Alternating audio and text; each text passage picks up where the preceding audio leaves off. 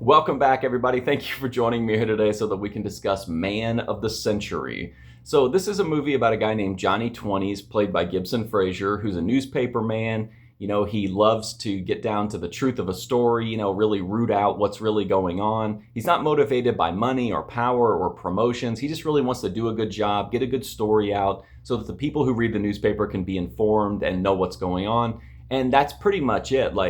He's got a girlfriend, but he's a guy from the 1920s apparently, and she's a modern woman, which creates some, friction there. He is having problems with his boss because the newspaper is being bought out by like a corporate conglomerate who wants to run more ad space instead of letting his column continue. Then you have he's running into problems with the mob because Johnny 20s is a trusted reporter. So it's like they want to use his, reputation to kind of spin their crime into a positive thing.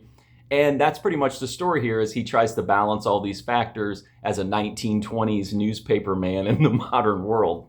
So the premise here obviously is that Johnny 20s is a 1920s newspaper guy in the modern world, like I said. But I do appreciate that the movie, while it is a comedy and it does have some really funny parts to it, it's not really it doesn't really go over the top in how it handles it. It just really lets it unfold naturally.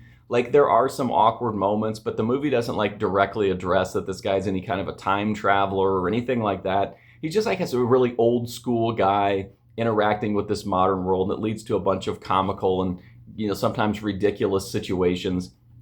I think the movie overall is really entertaining. I thought it was really funny. I thought it was really creative. At the end of the day, that will really do a lot for me if a movie is creative and tries to do something new. Even if you don't really nail it, at least the effort is there to deliver some kind of a fresh experience, or at least a new coat of paint on an existing idea. And I feel Man of the Century is really creative and really takes a concept that's interesting and makes it work. It doesn't just oh, we've got a neat concept, we don't really need to flesh it out much. They really do put the concept to use and make it work and make it make sense, which I appreciated. The cast is all fine. Everybody puts in pretty solid work. Gibson Frazier is great as the guy from the 1920s. I feel like a lot of actors would have gone over the top with it or really hammed it up. And while he does to a point, it feels really authentic and natural. And I think he does a great job with delivering the old school dialogue and the interaction. So I had a lot of fun watching it.